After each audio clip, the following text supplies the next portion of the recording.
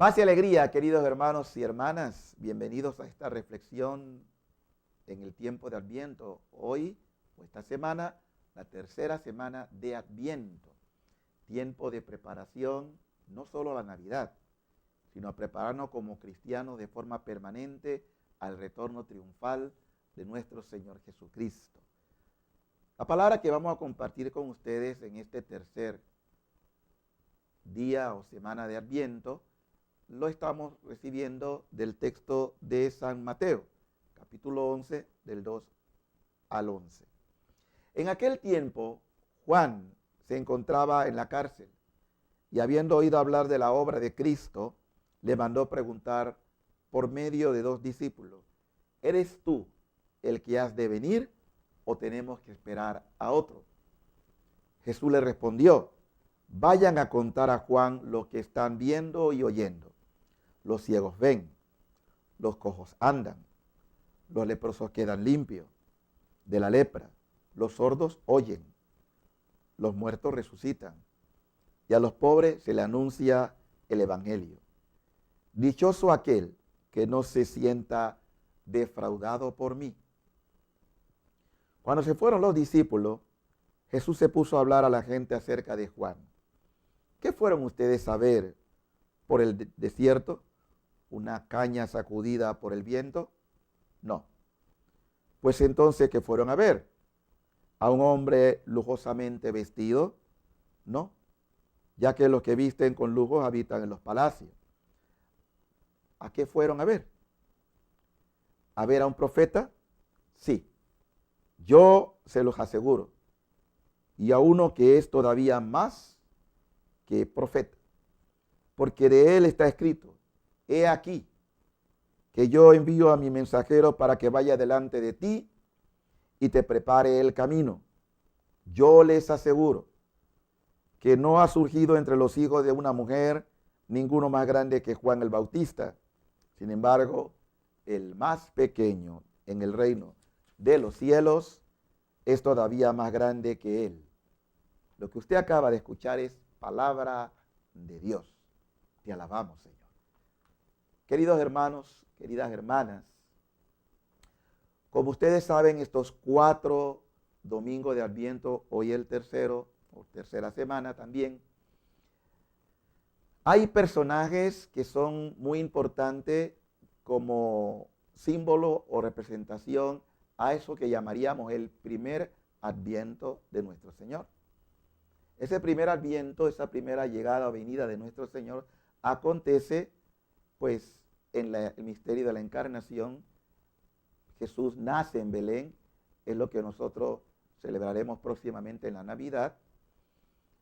Y esos personajes, pues como son, por ejemplo, el profeta Isaías, que nos habla mucho de este reinado mesiánico, de este Emmanuel, el Dios con nosotros, que hemos estado meditando durante muchos de estos días de Adviento.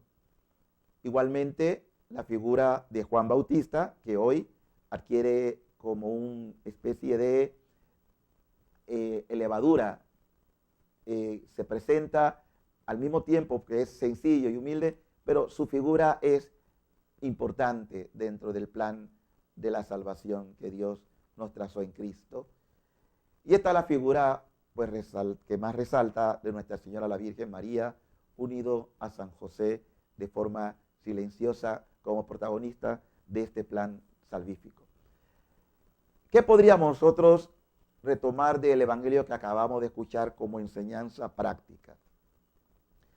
La primera, que Juan tiene necesidad, no tanto para él, sino también para los que le siguen, si ya se ha manifestado la gracia de Dios de una manera actuante, es decir, que aquel que Juan había bautizado y que se habían escuchado muchas cosas de este Jesús, Juan tiene necesidad para calmar también las dudas o los temores que pueden haber entre sus propios discípulos. ¿Quién es Jesús?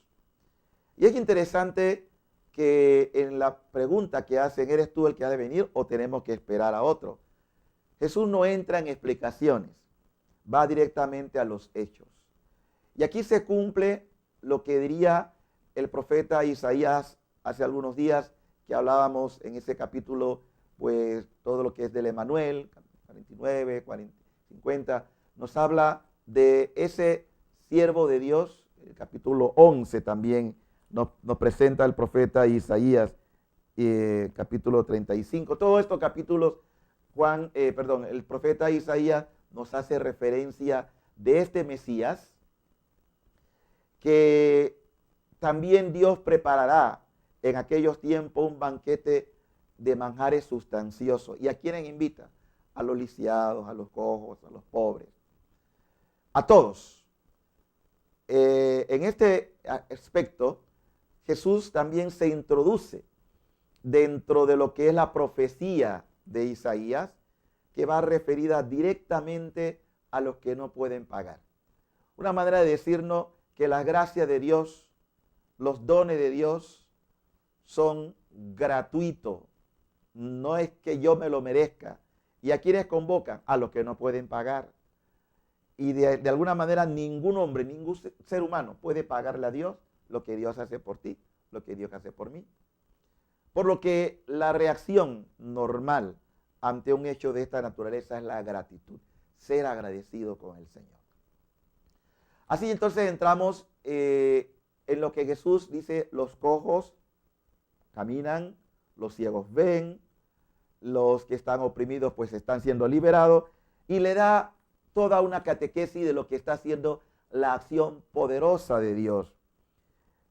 Y dice ya al final de ese momento de la acción salvífica que Dios está actuando a través de su Espíritu: dichoso aquel que no se sienta defraudado por mí. Feliz el que por la causa de Cristo no se amilana, no se acobarda, aún en medio de las persecuciones. Entonces, ya traduciendo ese pasaje a lo que es nuestra actualidad, porque la palabra de Dios no pasa de moda, es para siempre, nosotros podríamos decir que este Jesús, Señor, Salvador, como decía el Papa Francisco hace poco, que verdaderamente ha resucitado, que está vivo y que actúa entre nosotros, ese Cristo vivo nos ha dado también una misión. Nosotros no podemos cruzarnos de brazos en estos tiempos, y más cuando seremos juzgados en el amor. Por lo tanto, una de las cosas que debe distinguir la misión, como reza en el Evangelio, en lo que ha sido la exhortación apostólica del Papa, Evangelium Gaudium, es decir, la alegría del anuncio del Evangelio, que es buena noticia, debe caracterizar al creyente por ese entusiasmo, ese optimismo, esa alegría aún en medio de la adversidad. El Evangelio no se anuncia para el pesimismo, para crear incertidumbre, angustia, miedo, desasosiego. No, para alegrarnos, porque la mejor noticia que podemos tener los hombres es que Dios un día decidió incursionar en la historia, hacerse uno con nosotros, caminar en medio de nosotros y permanecer para siempre también con esa naturaleza que adquirió una vez y para siempre en el seno virginal de la Virgen María. Pues ese Jesús, cuya celebración del misterio la cumpliremos el día 24 en la noche y el 25 de diciembre con la Natividad, nos recuerda que volverá. Ese mismo Jesús. Y es lo que llamamos el segundo Adviento. Por lo tanto, frente a ese Adviento que ha de venir, debemos vivir preparados. ¿Y cómo? Pues sirviendo en la caridad. No hay cosa más grande que pasar por el mundo haciendo el bien. Y esto es lo que Jesús, en el Evangelio que hemos leído, le hace entender a los discípulos de Juan que la acción de Dios es acción compasiva, es acción misericordiosa, a la que cada uno de nosotros está llamado, ¿no? Porque se nos pedirá cuenta. Por eso, cada uno de nosotros también se hace mensajero, es decir, misionero de Jesús. Por nuestro bautismo hemos recibido una tarea. El Papa lo dice muy claramente en esta exhortación. La tarea y el hecho de la caridad o el hecho, la virtud más apremiante del cristiano es obrar en la misericordia. Tuve hambre, me diste de comer, estuve enfermo, en la cárcel me visitaron. cada vez que usted ejercita la compasión, el sentir con el otro, como sentía Jesús una gran compasión, es al mismo Dios que lo estamos haciendo, el servicio, el darnos a los demás.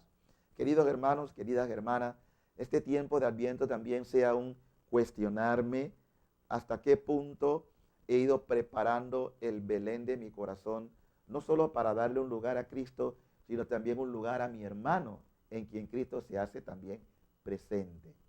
Hemos visto durante este tiempo mucho derroche. No está mal que la gente pinte su casa, que adorne, pero si a eso nosotros sumáramos todavía el servicio, la caridad, el darme al otro, nuestra Navidad sería todavía mucho más grata a los ojos de Dios.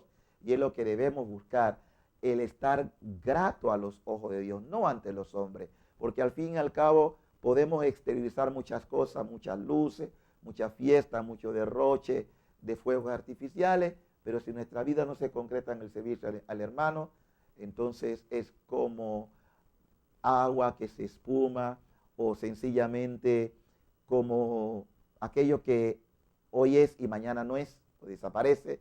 Entonces nosotros tenemos que pasar por el mundo dejando huellas. Y esas huellas son las obras de caridad. Invitamos a vivir este tercer domingo, esta tercera semana de Adviento, con un corazón decidido al servicio. Oremos al Señor y acompáñenme en esta oración para que la luz del Espíritu Santo nos permita hacer buenas obras y llegar a la Navidad con las manos llenas de buenas obras.